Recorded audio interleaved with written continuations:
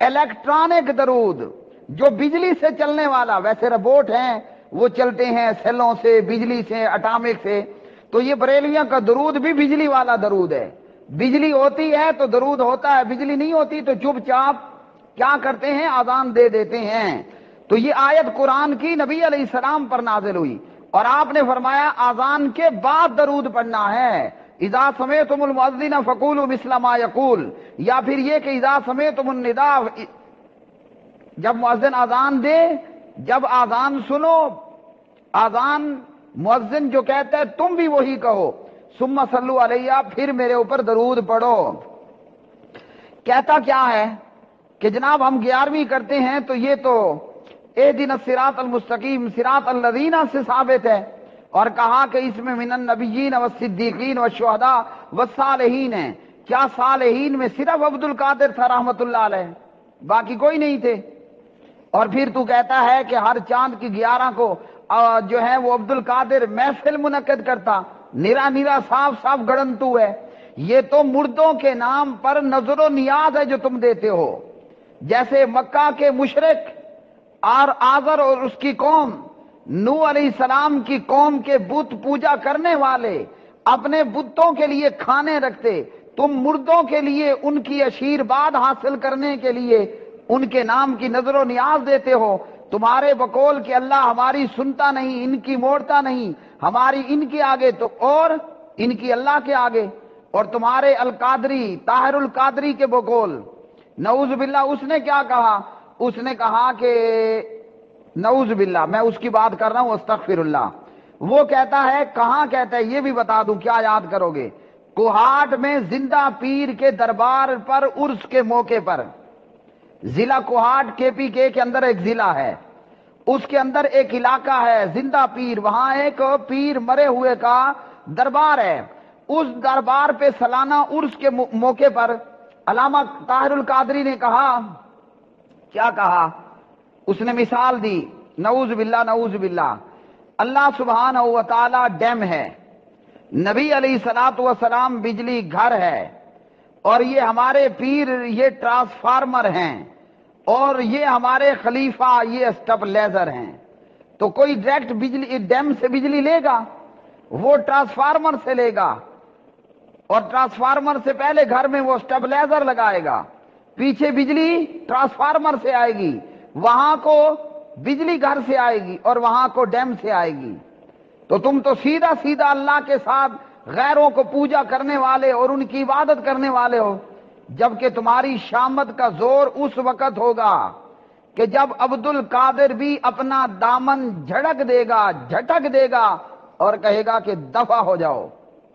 وہ تم سے جب اعلان برات کرے گا اور انشاءاللہ اہل حدیث کی صف میں آ کر کھڑے گا، تو تمہارا حال وہی ہوگا جو کہنے والے نے کہا، نہ گھر کا نہ گھاٹ کا۔ اب سنیے، یہ سارے جن کو تم نے پوجا کے لیے چن لیا، یہ قیامت کے دن تم سے اعلان برات کریں گے۔